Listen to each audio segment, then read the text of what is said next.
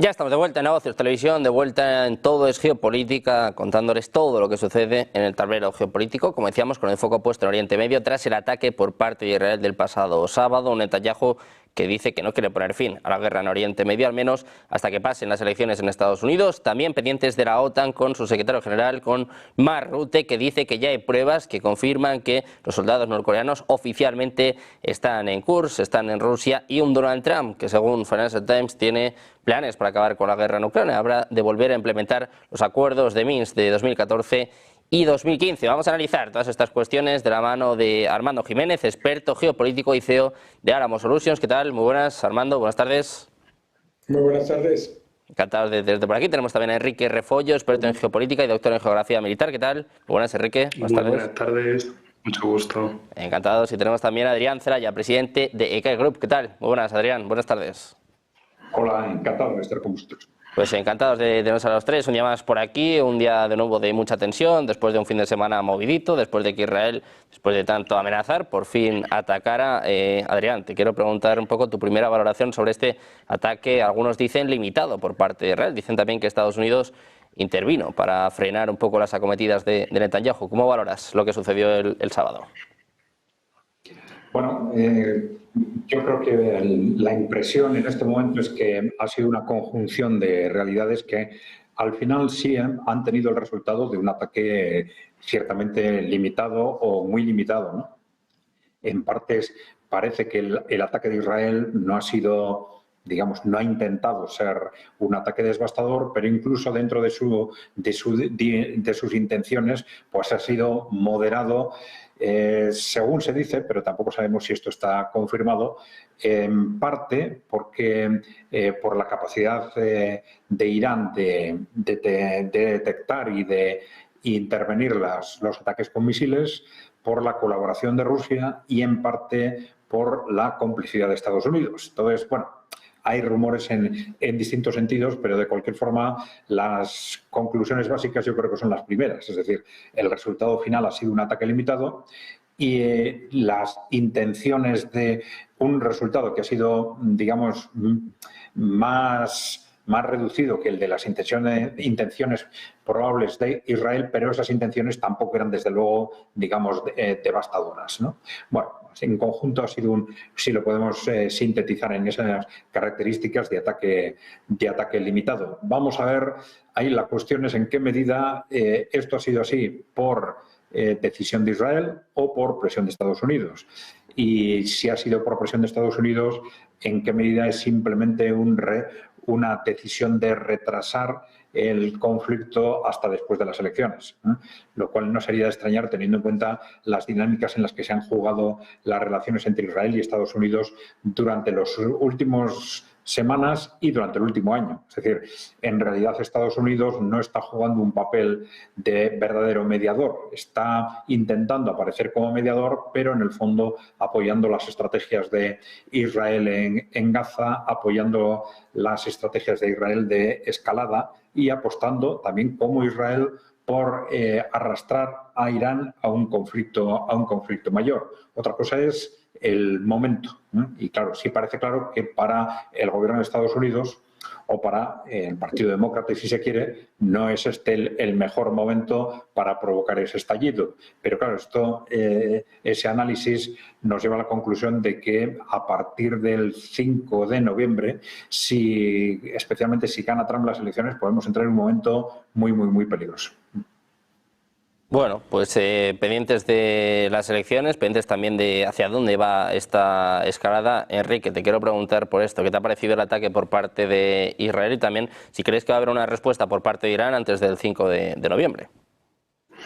Bueno, por un lado, los ataques, según los medios, tanto occidentales como iraníes, se circunscribieron a Teherán, Ilán y el Juzestán, es decir, a la capital, Teherán.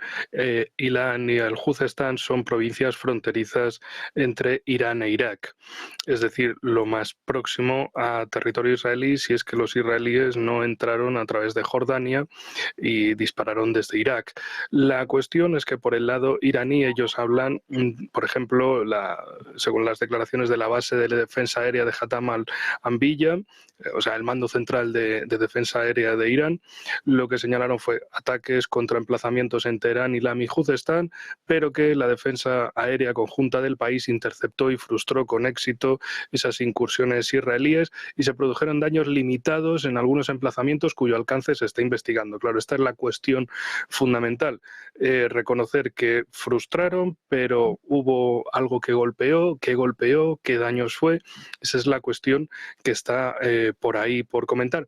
También recordemos que precisamente en el ataque del 1 de octubre Israel negó cualquier tipo de daño contra bases militares, bases aéreas en particular de Israel. Simplemente dijo, no, nuestra defensa aérea lo ha interceptado todo, pero vamos a responder. Claro, por el lado iraní también están hablando de esa operación Promesa Verdadera 3, que esto ya parece como una secuela de películas, pero una secuela de películas que da bastante miedo, por lo que pueda seguir incrementándose la cuestión. Desde mi punto de vista, tampoco creo que vayan a poner en riesgo la situación hasta después de las elecciones para ver quién va a ser el ganador, ya que quizá si gana Kamala Harris y por las primeras muestras de fraude electoral ya parece que el establishment quiere hacer que ella gane, bueno, probablemente la situación de Estados Unidos vaya a estar totalmente débil en la zona. Pero si gana Trump, ya sabemos que Trump, una cosa es anti-iraní y pro-israelí, al 100% anti-iraní y al 100% pro-israelí, con lo cual podríamos esperar que la situación se calentase. De hecho, y ya con esto termino, ayer en su intervención en el Madison Square Garden hablaba de utilizar la fuerza como diplomacia estadounidense, el viejo estilo estadounidense que precisamente les ha llevado a esta situación de descrédito y aislamiento respecto a los países en desarrollo, a las grandes potencias en desarrollo, los países del sur y del este global.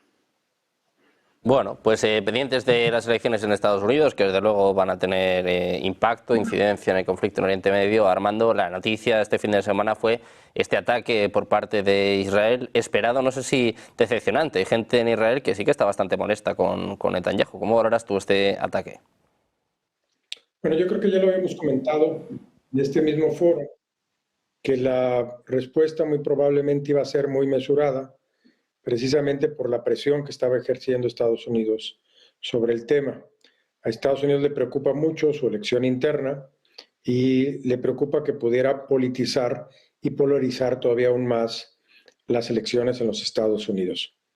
Una respuesta muy fuerte por parte de Israel hubiera constituido un grave y un serio problema en las posturas tanto de algunos grupos pro Líbano, pro Gaza, no realmente que haya grupos de peso pro Irán, pero sí esta idea de que hay una fuerza desmedida para repeler las agresiones y que cada vez son más numerosos y más influyentes en la política norteamericana, tanto por el número de votantes como por algunos representantes en algunos de los estados claves que ahora están en disputa. Entonces, creo que fue mesurada precisamente por la presión que ha estado ejerciendo Estados Unidos. Creo que Irán sí puede responder, pero también me imagino que será una respuesta mesurada si lo hacen los próximos días antes de la elección. Y si no, esperará a saber y conocer quién está sentado precisamente en la silla presidencial para saber de qué tamaño es esta respuesta. Evidentemente, quien quede, o aunque hay una política de apoyo continuo y definitivo hacia Israel en el gobierno de Estados Unidos en los últimos 50 años o más, es evidente que quien quede también tendrá pues una política de mayor o menor acercamiento. Donald Trump, como todos sabemos, ha expresado sus simpatías, su principal asesor político es su yerno, que es judío, y bueno, por el otro lado, Kamala Harris está casada con un judío, entonces este grupo va a tener influencia cercana, personal, no nada más económica y política quien quede en la presidencia de los Estados Unidos. Bueno, pues desde luego todos estamos mirando a lo que pasa en Estados Unidos, también esperando a la respuesta por parte de Irán. Adrián, te quiero preguntar por esto. Hoy decían que van a utilizar todas las herramientas disponibles, prometían una dura respuesta contra Israel. La pregunta es si se va a hacer o no antes de las elecciones, antes del 5 de noviembre. Sí, efectivamente, porque las respuestas anteriores se han moderado en función, por lo menos, del calendario político, vamos a decir. Es posible que también pueda haber argumentos pues, de infraestructura militar, ¿no?, que puedan justificar un mayor o menor retraso, pues en función de los cálculos que se hagan sobre qué tipo de armamento se va a utilizar o cuál puede ser la respuesta de Israel frente a ese ataque y cuándo se va a producir, ¿no?, a su vez, ¿no? Pero bueno, en principio parece que lo lógico sería que esa respuesta de Irán pues se demorara pues estos 7 días hasta las elecciones, ¿no? Pero bueno, yo creo que no hay que descartar nada, no es fácil hacer una previsión exacta porque, bueno, puede haber, ya digo, factores de cálculo. Hay un factor clave de fondo que incide no solo en esta cuestión, sino en el conjunto del análisis geopolítico del Oriente Próximo. Son las diferentes opiniones sobre qué es lo que realmente va a hacer una segunda presidencia de Donald Trump, ¿no? Porque efectivamente, como han dicho mis compañeros, sus declaraciones son tremendamente agresivas contra Irán y tremendamente favorables a Israel.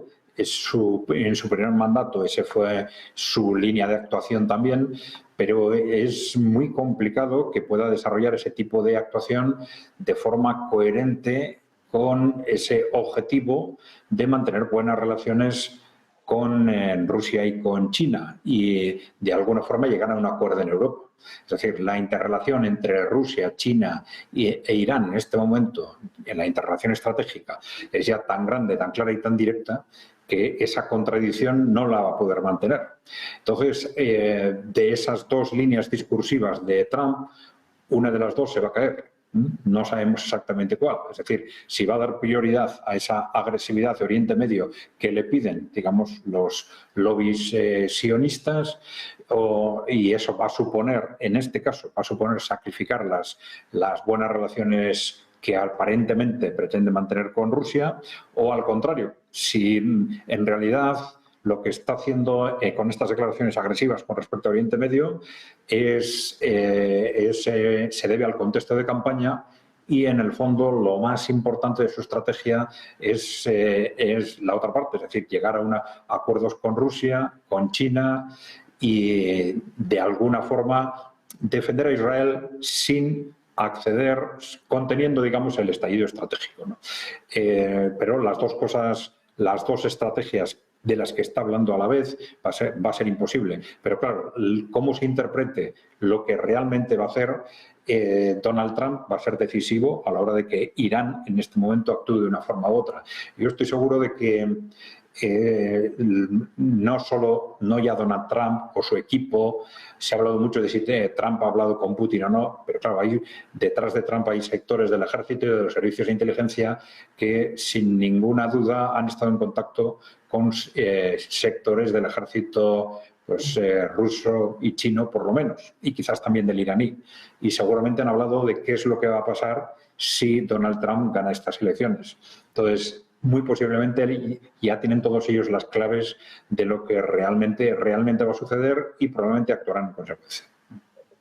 Bueno, pues pendientes de Irán, comentabas antes, Enrique, esta operación Promesa Verdadera 3, se habla de que tendrían hasta 1000 misiles balísticos, eso sería un ataque a gran escala. Seguramente, si la respuesta es antes de las elecciones en Estados Unidos, sería o se esperaría una respuesta más limitada, ¿no? Enrique, ¿qué esperas tú ahora por parte de Irán y, sobre todo, cuándo crees que decidirá responder? Bueno, en ocasiones anteriores tardó semanas, incluso meses, en responder. Es decir, tampoco tenemos que esperar una respuesta inmediata. Pero claro, todo también depende de lo que crean que es la mejor situación en Teherán, en el gobierno de Pezeshkian. Si es ahora el momento de actuar, a unos días de las elecciones, o es mejor esperar a ver en las elecciones, a ver que se deje, digamos, correr la situación y que acabe ganando Kamala Harris, que es el mal menor, porque además, en definitiva, si tu enemigo es imbécil, es manifiestamente imbécil, pues no vas a ser maleducado y le vas a interrumpir, vas a dejar que sigan en ese ámbito. Entonces, si Kamala Harris gana y es evidentemente imbécil, pues que gane, porque va a hacer todo, va a ser el mayor misil que se lleve Estados Unidos, tener a Kamala Harris 4 años. O sea, si ya lo de Biden ha sido demencial, por ejemplo, con la emisión de moneda y el desprestigio internacional, para Irán, ¿qué es mejor? Es decir, verlo a largo plazo, tener un Trump que saben que es absolutamente belicista contra Irán, o dejar una Kamala Harris que va a ser el mejor de los misiles que pueden tirar a sus rivales de Estados Unidos e Israel. Por supuesto, dejar que corra la situación, que no se interfiera en nada, que siga corriendo el tema. Y también por otro aspecto.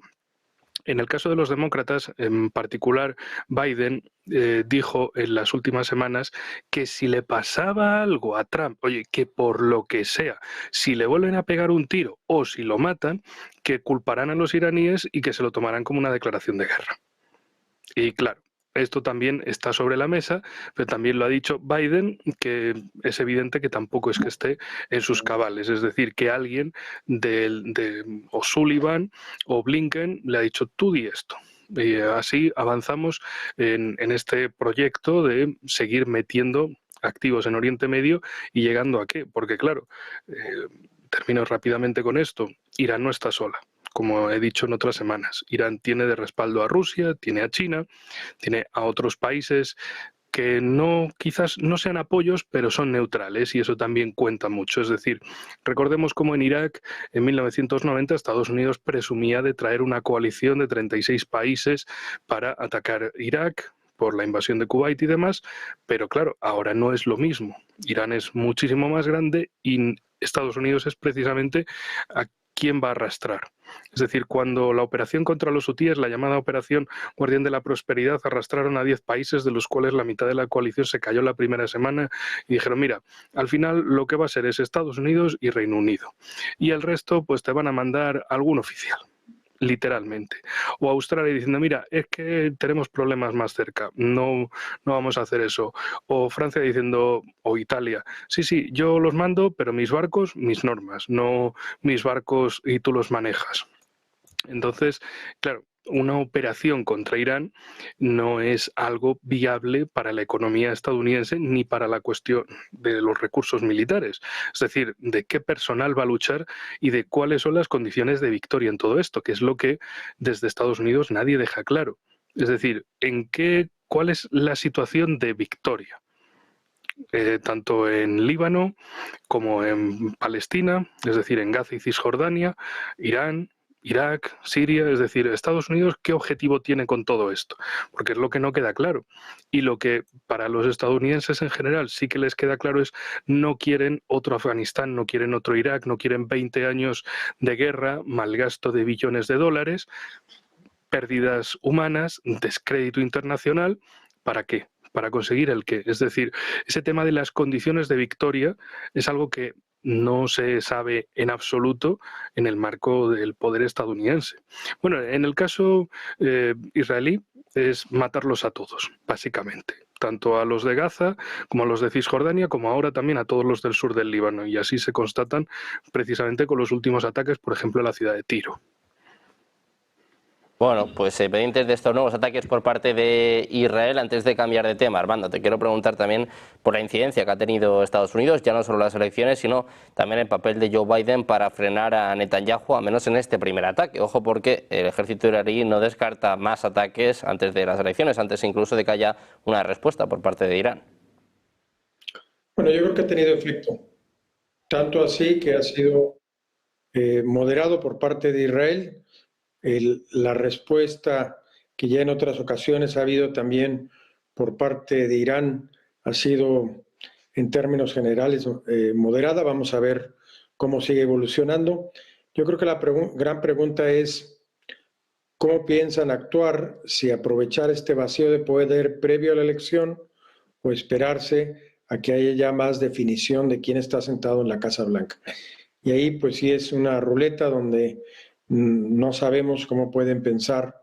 Yo creo y presupongo que van a esperar con una respuesta mesurada después de las elecciones, y Kamala Harris ha expresado que tiene una posición diferente a la de Biden. Ha sido cuidadosa en no mover las aguas y generar demasiada discusión sobre el tema, pero es evidente que tiene una posición y que implementaría, de llegar a la Casa Blanca, una política diferente, tanto para Ucrania como el caso concreto para el conflicto en Medio Oriente, principalmente buscando que no se escale el conflicto entre Israel e Irán, que podría llevar pues, a un conflicto mayor regional, y si se usaran armas nucleares, pues evidentemente a un conflicto de carácter global. Entonces, yo creo que está prevaleciendo la mesura.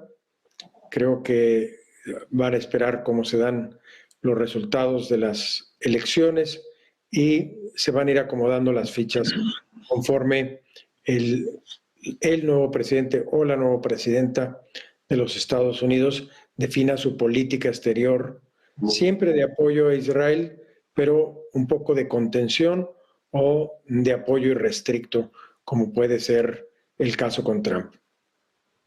Bueno, pues pendientes de Estados Unidos, pendientes del conflicto en Oriente Medio, si os parece, pasamos ahora a mirar lo que sucede en el conflicto en Ucrania con un Marrute, con un secretario general de la OTAN, que esta mañana salía en una breve rueda de prensa y confirmaba oficialmente que las tropas norcoreanas están en Kursk. Es un poco la nueva noticia en estos momentos, ya no solo por parte de la OTAN, sino también por parte de Estados Unidos. Llevan una semana incidiendo en esta cuestión, una información que provenía tanto de la inteligencia surcoreana como de la inteligencia ucraniana, y que, Adrián, quiero saber qué lectura haces tú, porque parece que hay mucho interés en que esta sea un poco la noticia del momento.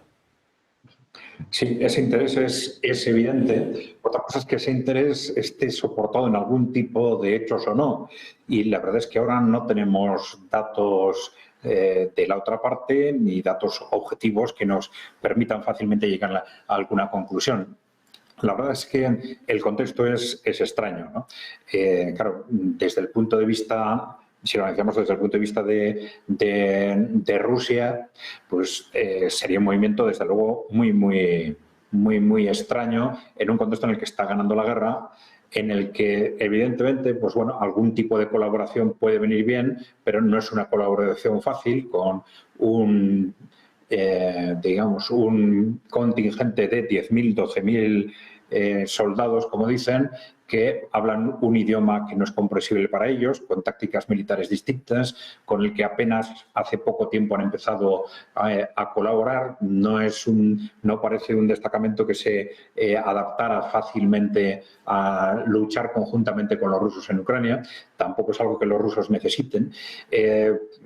Nosotros hemos puesto sobre la mesa la hipótesis de que quizás, en el supuesto de que Rusia estuviese pensando en una gran ofensiva, cambiar su estrategia radicalmente, lanzar una gran ofensiva en la que hubiese una previsión de un número de bajas enorme, pues podría interesarles quizás compartir ese esfuerzo con otro ejército, ¿no?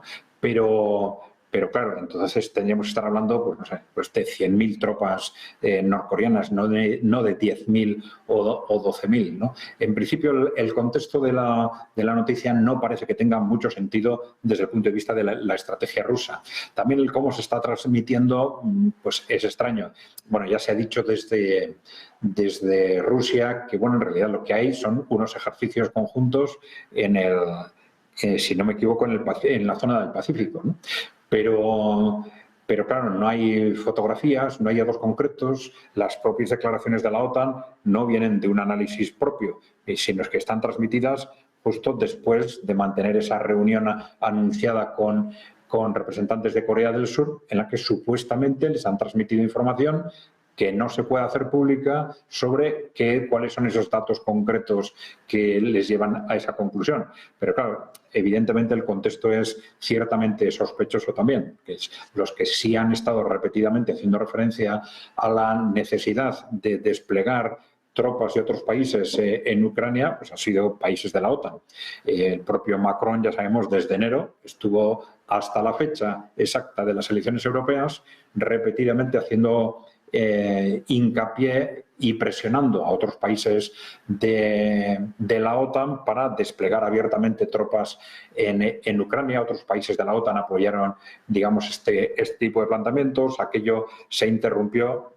Desde un punto de vista de la imagen pública, se interrumpió justo el día de las elecciones europeas, porque probablemente interpretaron que la reacción de la opinión pública europea era con respecto a estos movimientos era mucho más negativa de lo que ellos habían pensado, y entonces pasaron a una estrategia de fundamentalmente silencio, con declaraciones más esporádicas y de otro nivel sobre esta opción de trasladar abiertamente tropas de la OTAN a Ucrania, ¿no? Sin embargo, como sabemos que esa es una de las opciones de escalada que la OTAN está manejando junto al despliegue de misiles de largo alcance, claro, lo que siempre está buscando la OTAN son pretextos para justificar sus movimientos frente a la propia opinión pública occidental. Claro, este despliegue de tropas norcoreanas parece que sería un pretexto perfecto para que unos días después o unas semanas después nos digan, bueno, puesto que Norcorea pues, ha entrado en la guerra, pues se justifica que también otros países de la OTAN entren apoyando a Ucrania, ¿no? Bueno, eso podría explicar todo esto, pero bueno, no es posible llegar a conclusiones absolutamente seguras hasta que tengamos datos exactos, contrastados, probablemente en los próximos días o semanas. Vamos a ver. Pues mira, hablando de justificaciones, vamos a contar una última hora las declaraciones por parte del Pentágono. Dice literalmente, Enrique, te va a interesar, no hay nuevos límites al uso de armas estadounidenses por parte de Ucrania contra las fuerzas norcoreanas si se convierten en beligerantes en la guerra de Rusia. El Pentágono estima que hay 10.000 soldados norcoreanos viajando a Rusia. Dicen que el número de tropas podría aumentar y además es quizás la noticia en estos momentos. El Pentágono dice que no habrá límites al uso de armas estadounidenses por parte de Ucrania contra fuerzas norcoreanas si se convierten en cobeligerantes en la guerra en Ucrania. Precisamente las últimas semanas el punto a tratar era si Ucrania iba a poder utilizar o no estas armas de largo alcance contra territorio ruso. Pues el Pentágono dice que no habrá límites al uso de armas estadounidenses contra las fuerzas norcoreanas. Enrique, llevamos prácticamente una semana preguntándonos el porqué de esta noticia, qué interés podía haber. ¿Crees que tiene algo que ver con esto? ¿Puede tener algo que ver con las armas de largo alcance? ¿Una justificación para dar el ok definitivo a Zelensky?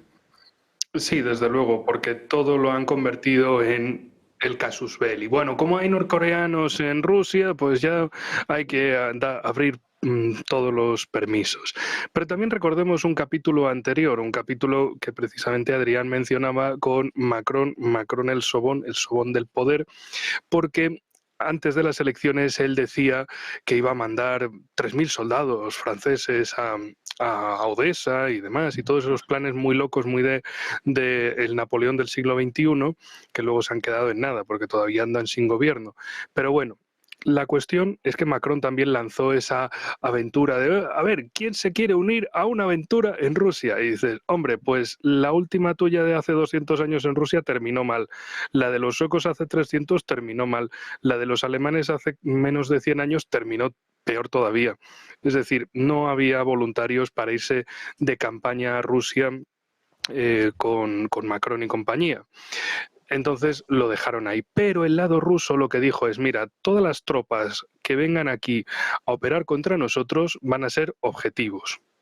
Entonces, ¿qué pasa? Que ahora en la OTAN quieren decir como, bueno, ya como están los norcoreanos ahí, pues hacemos lo mismo. Igual que los rusos han dicho de las tropas de países OTAN no oficiales o que estén ahí de una forma en el limbo en Ucrania, pues ahora les decimos lo mismo de los norcoreanos. Pero claro, también está el contexto de, bueno, ya que estábamos debatiendo si darle permiso a Ucrania para que utilice todo tipo de armamento occidental en profundidad de Rusia, pues venga, como hay norcoreanos, vamos a utilizarlo.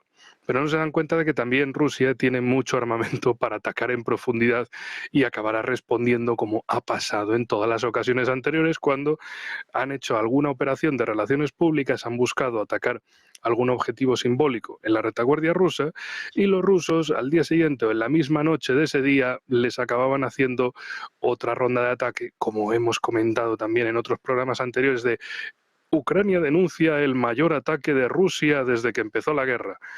Y así sucesivamente, una vez tras otra. Es decir, es cosas que se repiten. Por otro lado, queso Gouda holandés, que da vueltas por Europa y está lleno de agujeros argumentales sobre todo, me refiero a Mark Rutte, se ha pasado desde que lo eligieron dando vueltas, ya parece que se ha olvidado de que tiene un país y ahora pues se ha dedicado a viajar por Kiev, por Londres, por los países bálticos, buscando ahí apoyos, a ver quién quiere ir a la guerra, ¿no? Porque claro, quitando Estonia, Letonia y Lituania y una parte de Polonia, en el resto de Europa como que no hay muchas ganas a nivel social de ir a una guerra contra Rusia. Pero bueno, él lo intenta, es su papel y tiene que hacer esa representación. Es el nuevo actor que viene como a darle un masaje de hombros a Zelensky y decirle, chaval, tú tranquilo, tú sigue ahí, que mueran de los tuyos, así no mueren de los nuestros. Y ya te vamos a dar más armas y seguro que en algún momento lo vas a conseguir. Pero por el lado interno en Ucrania de lo que se habla cada vez más es de, oye, mira, esto es insostenible, tiene que haber negociaciones de algún modo antes de perder más, no solo territorio, sino sobre todo vidas. Porque parece que lo que a Zelensky y compañía pues no les importa en absoluto y el tema, por ejemplo, de los reclutadores o más bien de los secuestradores de hombres en Ucrania para mandarlos al frente es un tema que ya se les está yendo de las manos y tarde o temprano eso explotará, habrá una crisis interna y Zelensky tendrá que salir, pues como otros títeres estadounidenses han salido históricamente en la historia, por el tejado en un helicóptero directos afuera del país para nunca volver. Bueno, pues pendientes de Zelensky, Armando, te quiero preguntar también por esta cuestión, estas supuestas tropas norcoreanas que, bueno, tanto el Pentágono como Estados Unidos, como la OTAN, como sobre todo la inteligencia surcoreana y ucraniana no paran de insistir en que ya están en curso, en que ya están en Rusia. ¿Qué sentido tiene esto y sobre todo cuánto tiene que ver con estas armas de largo alcance de las que tanto se lleva hablando, del permiso para que Ucrania pueda utilizarlas para atacar a Rusia? Bueno, yo creo, coincido con Adrián, que no hace mucho sentido estratégico el tener estas tropas norcoreanas en el territorio luchando por posiciones. Primero, no lo necesita Rusia. Segundo, está el conflicto que implica con las comunicaciones y, como también comentaba Adrián, los estilos o la gestión de hacer la guerra. Además, Corea del Norte es un país que se ha defendido con todas estas estrategias de misiles, pero no realmente con habilidades con sus soldados. O sea, desde los 50 no tienen un conflicto bélico con los donde se usen soldados de un lado y otro en Corea del Norte contra Corea del Sur. Entonces, el valor estratégico de esto siempre ha sido como muy cuestionado. Sin embargo, si sirve para alimentar la retórica de que hay una alianza estratégica con uno de los enemigos globales de Estados Unidos, donde hay un riesgo de estos grupos que se están unificando, y sobre todo si se busca utilizar, no sé si realmente estos misiles, pero algún tipo de acciones más específicas, pues esto viene bien a la retórica para justificarlo.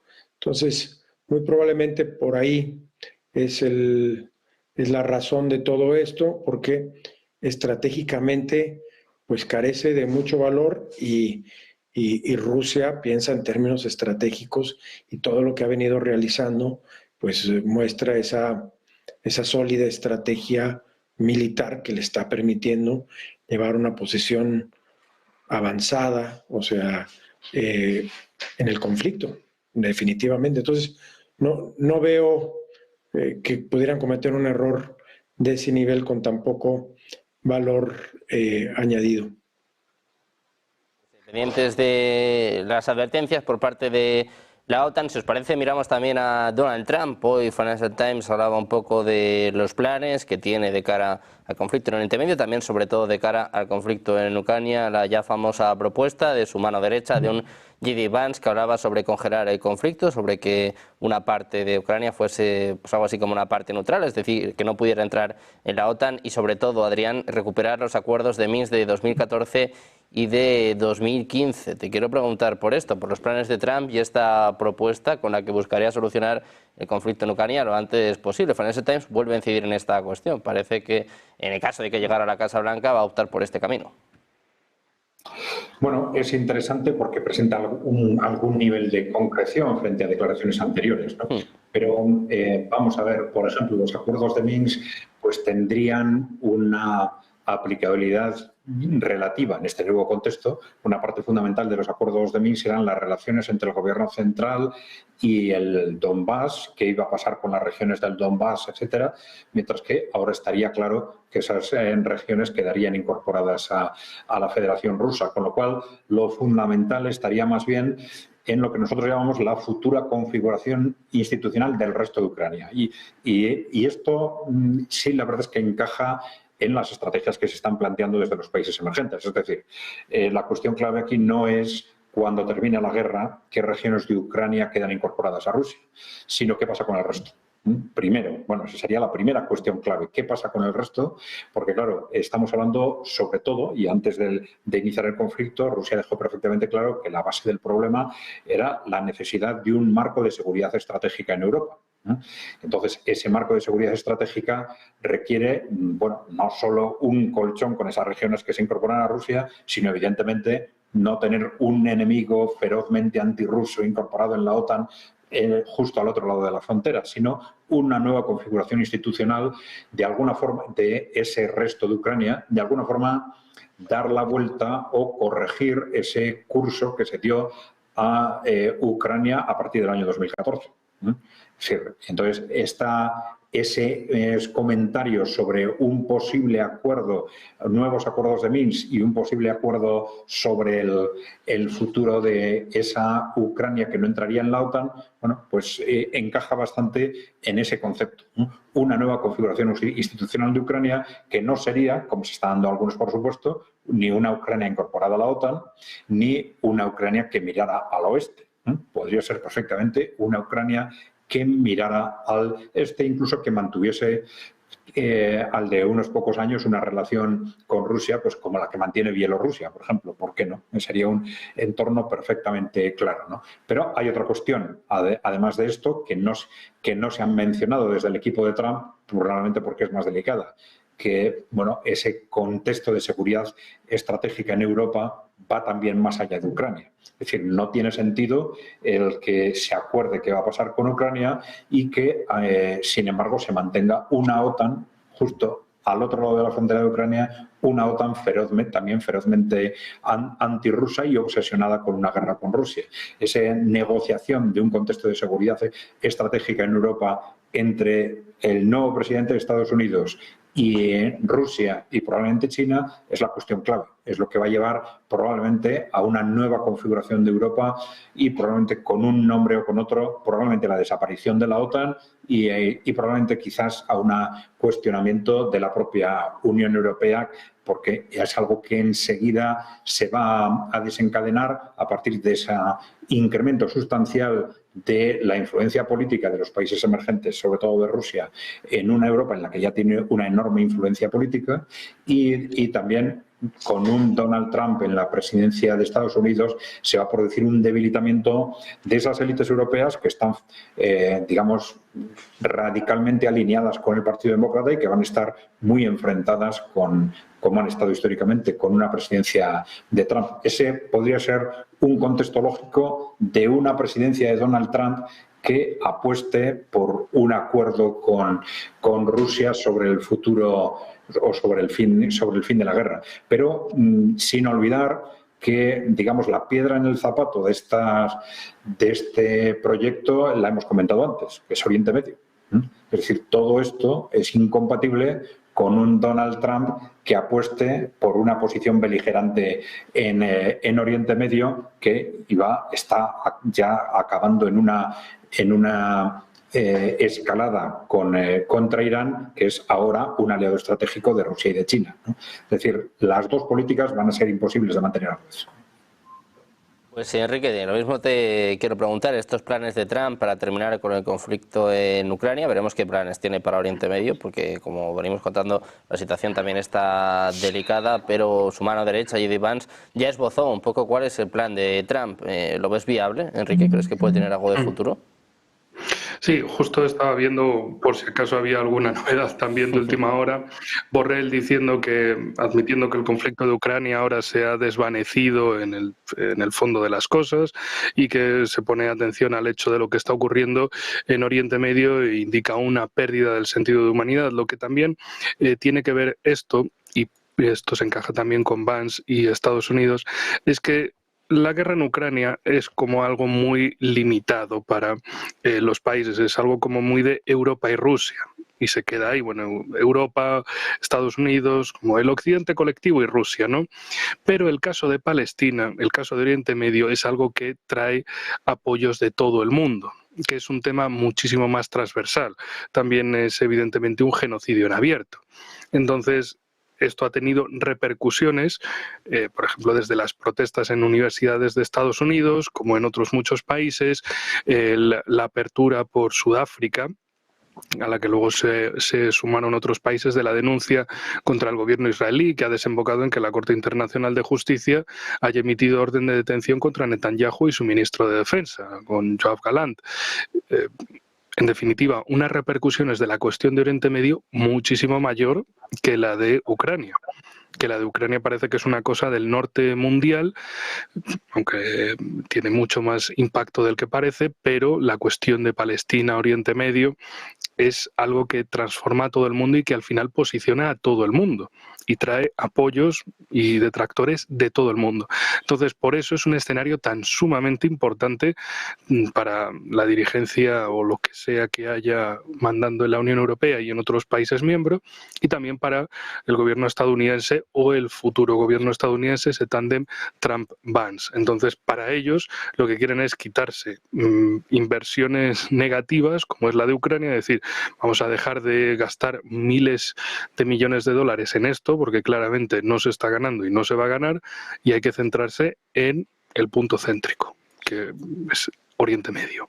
Está la cuestión de Israel, porque al final Trump y Vance son pro-israelíes, como prácticamente toda la élite política en Estados Unidos, y está la cuestión del petróleo, del gas, la posibilidad esa de la, entre comillas, ruta de la seda a la estadounidense, de la India, Oriente Medio, Europa, en Oriente Medio pasando por Emiratos Árabes Unidos, Arabia Saudí, Israel, y también metiendo Jordania de refilón, y luego hacia Europa.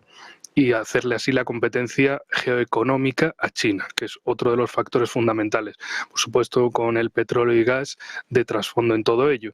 Entonces, por eso Estados Unidos ve que lo de Ucrania lo pueden resolver rápido, lo pueden dejar ahí.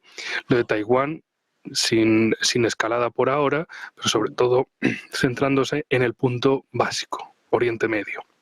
Pero una vez cabe hacerse la misma pregunta. ¿Y cuál es la solución de Estados Unidos? La de Netanyahu es matarlos a todos, sí, pero la de Estados Unidos, ¿cuál es? O la que los estadounidenses puedan apoyar. Porque del otro lado sí que se habla de la solución de los dos estados, de un estado palestino en las fronteras reconocidas de 1967, etcétera, y eso ya son unas condiciones de alto el fuego. Pero claro, el reconocimiento de una estatalidad palestina por parte de Israel significa el reconocimiento de unas fronteras, de un territorio inviolable, y eso es algo que no están dispuestos a aceptar, porque no están dispuestos a detener su política de colonización, tanto en Gaza como en Cisjordania, como también en los Altos del Golán, y ahora buscan hacer lo mismo con el sur del Líbano, de vaciarlo de población. Estaba viendo vídeos de los ataques israelíes hoy sobre la ciudad de Tiro, descomunales, y también llaman a que la población de la ciudad de Tiro abandone la ciudad y huya hacia el norte. Es decir, siguen haciendo el mismo plan que con Gaza el año pasado, que la población se vaya, que los del sur se vayan un poco más hacia el centro, que luego del centro se vayan al norte y básicamente que se vayan de ahí, que molestan, que todos son terroristas para Netanyahu y compañía. Y claro, eso, pues Netanyahu y sus sionistas y colonialistas pueden decir lo que quieran, pero Estados Unidos al final es quien pone el dinero, quien les brinda las armas, quien les sostiene. Y en caso necesario es también quien les pone las tropas, como en los sistemas antiaéreos THAAD, que les ha mandado un sistema antiaéreo y 100 soldados estadounidenses que son los que manejan esto. Entonces, ¿esto hasta qué punto van a seguir escalando y cuál es la manera, cuál es el escenario de victoria para Estados Unidos en todo esto? Bueno, pues muy pendientes de Estados Unidos, de Donald Trump, a poco más de una semana para las elecciones. Desde luego, los conflictos geopolíticos van a ser decisivos para estas elecciones, para ver quién va a ganar. Armando, te quiero preguntar por esto, por este plan de Donald Trump, si crees que es viable, si crees que tiene algo de futuro en este sentido. Bueno, Donald Trump se ha vendido como el presidente que no invadió ningún país durante su mandato, en clara contraposición a la mayoría de los presidentes del siglo XX y XXI. Se ha vendido también como un negociador, como alguien que es respetado en la arena internacional y como alguien que construyó relaciones estrechas y directas con algunos líderes globales que eran claramente opositores o contrarios al sistema americano. Entre ellos, obviamente, se encontraba Putin, con quien dice tener una buena relación y que parece que así es, o hay evidencia de que así es por la interacción entre ambos que hemos venido conociendo, y que confía en que esta relación personal pueda facilitar la resolución del conflicto en Ucrania. Recordemos que para Trump este es un tema también personal. Él quiso utilizar la información confidencial que tenía Zelensky sobre el hijo de Biden para procesar penalmente su participación en este país, en el sector petrolero. Zelensky no lo apoyó, no le dio la información, se sumó a la causa de Biden, que luego llegó a la presidencia, y digamos que Trump se quedó muy molesto y muy dolido con esta situación. Llegando al poder, obviamente él considera a Zelensky un estorbo para la negociación, hay una mala relación entre ellos y además tiene mucha presión por parte del Partido Republicano e inclusive del Demócrata de no seguir asignando grandes cantidades de dinero como lo hacía Biden a la defensa de Ucrania. Si ponemos todo esto en la canasta, pues podemos ver claramente que la postura de Trump en Ucrania va a ser radicalmente diferente. Otra cosa es el tema de Oriente Medio. En Oriente Medio, tradicionalmente, la posición geopolítica de Estados Unidos era de proteger el flujo y el abastecimiento de petróleo, principalmente, y hasta cierta medida de gas natural, por la alta dependencia que tenía Estados Unidos de estos recursos naturales. Sin embargo, desde el 2014 ya es autosuficiente con el fracking, no lo necesita. Canadá es autosuficiente y tiene también la capacidad de exportar. Ya han encontrado otras alternativas, incluyendo Venezuela, como aquellas que pueden suministrar esas necesidades que ya satisfacen casi en su totalidad ellos mismos.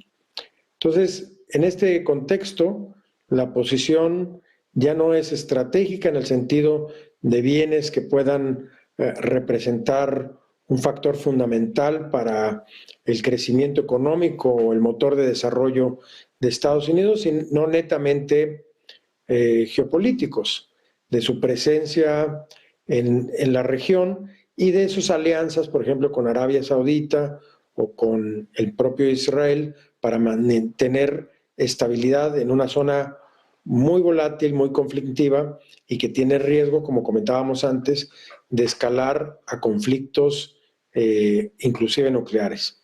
Entonces, en este contexto, la política yo creo que de Trump va a ser de apoyo total a Israel, de buscar negociar, de debilitar a Irán en su conflicto con Arabia Saudita y va a haber, yo creo, que una posición de endurecer esas relaciones más que la que tuvo el propio Biden. Entonces, por un lado, mayor flexibilidad, buscar una solución negociada y por el otro lado, el uso mayor de la fuerza y una posición más agresiva y de respaldo de Estados Unidos hacia Israel.